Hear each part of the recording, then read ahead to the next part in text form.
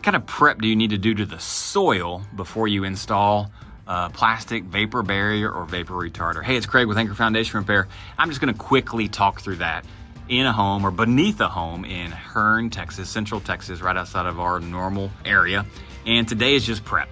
We've got this uneven crawl space surface that we just kind of want to get rid of all the big leftover stuff behind, anything that's going to be in our way, whether they're spare parts and pieces and plumbing, whether it's some old leftover termite damaged wood, whether it's bigger hunks of concrete or rock, and then of course pokey things as well. Pokey things and plastic don't mix. We don't want to compromise the plastic barrier that we're putting down. That plastic barrier is not designed to keep all moisture out of this crawl space, but it is simply to seal off the moisture that's always going to be in this dirt, to allow the air that we're concerned with, that we can work on above, to really get drier with the dehumidifier that we install.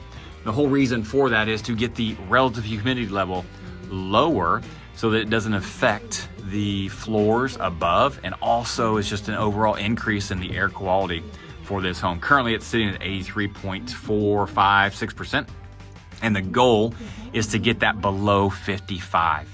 If we have a sweet spot of 50 to 55% relative humidity, that is going to keep this crawl space dry. There is a little bit of growth in some of this wood up here that we want to also prevent the conditions for mold, mildew, and other fungal things to show up in the crawl space material. That's going to help everything last a whole lot longer. So today is just prep.